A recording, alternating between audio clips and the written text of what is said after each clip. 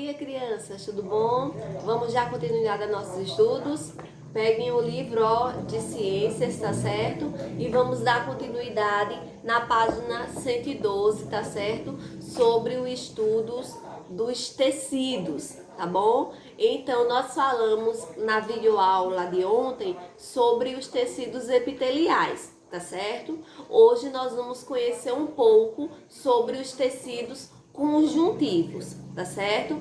Então, para ser considerado um tecido conjuntivo, o tecido ele tem que apresentar células imersas em uma grande quantidade de material extracelular, de forma que esse material ele é chamado de matriz intercelular, tá certo? Então, por apresentar diferentes funções e características, ele é classificado como tecido conjuntivo, propriamente dito, tecido adiposo, tecido ósseo, tecido cartilaginoso e tecido sanguíneo. Tá certo? Então, esses grupos que eu falei agora fazem parte dos grupos dos tecidos conjuntivos, tá certo? Então, nós vamos conhecer um pouco de cada um a partir de agora. O tecido conjuntivo, propriamente dito, ele tem a função de nutrir todos os tecidos e preencher o espaço entre eles, de forma que ele liga diferentes tecidos e possui irrigação sanguínea, ou seja, ele tem vasos sanguíneos circulando por ele, diferente do tecido epitelial que não tem, que é avascular, tá certo? Então, o tecido conjuntivo propriamente dito, ele pode ser classificado em dois tipos: frouxo e denso, tá certo?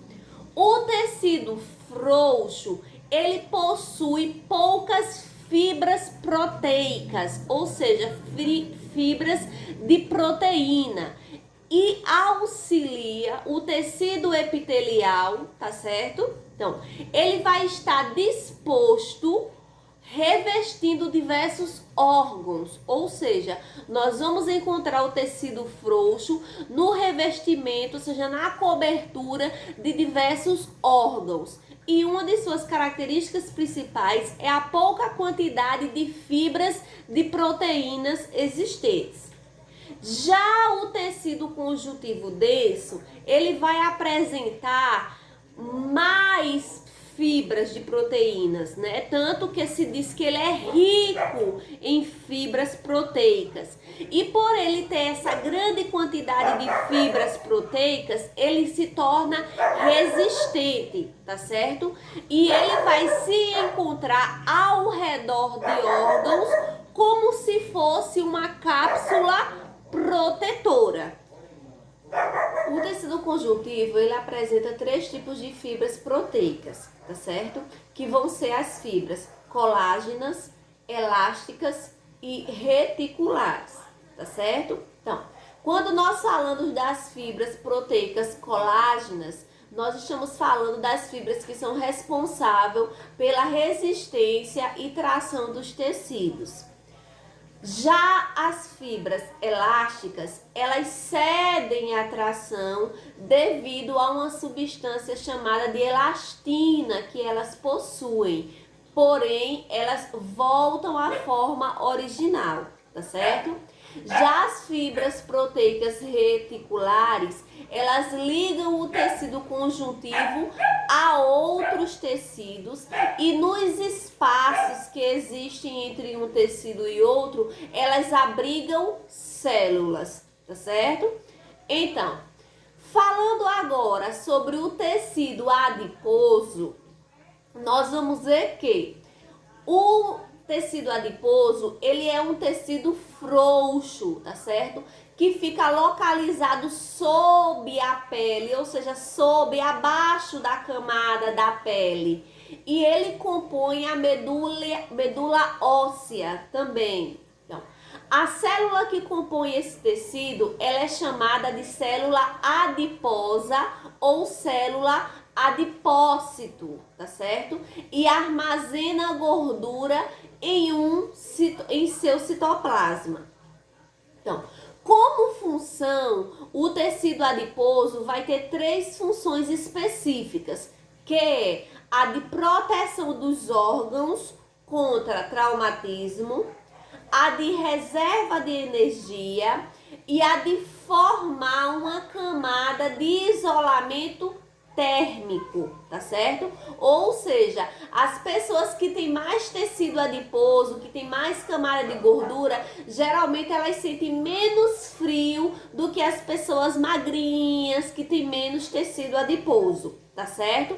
Então, o tecido adiposo divide-se em 2 tipos: tecido adiposo unilocular e o multilocular.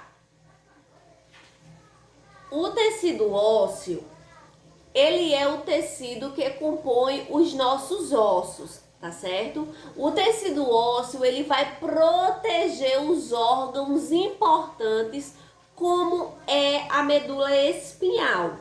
Então, o coração, o cérebro e os pulmões são órgãos que são protegidos por esse tecido ósseo, tá certo?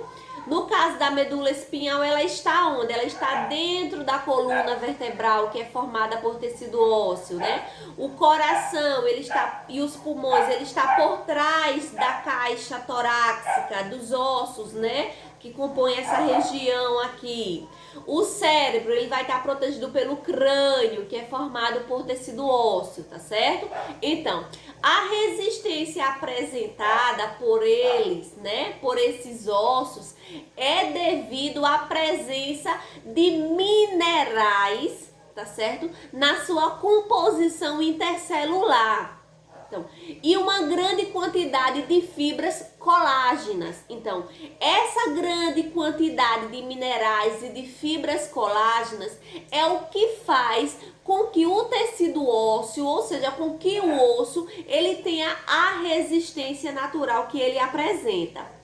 As células ósseas jovens, né, recém-formadas, elas são chamadas de osteoblastos. Já as células ósseas mais velhas, elas vão ser chamadas de osteócitos. Os ossos formados por esses tecidos podem ser compactos, que quer dizer mais resistentes, tá certo? Ou podem ser esponjosos, que quer dizer menos resistente, tá certo? Então, como eu falei que o estudo sobre o tecido ia ser dividido em 3 vezes, nós hoje vamos parar por aqui, tá certo? E vocês vão me resolver apenas uma questão que se encontra na atividade 114, tá certo? Tchau, tchau e até a próxima aula, onde nós vamos dar continuidade ao estudo sobre os tecidos.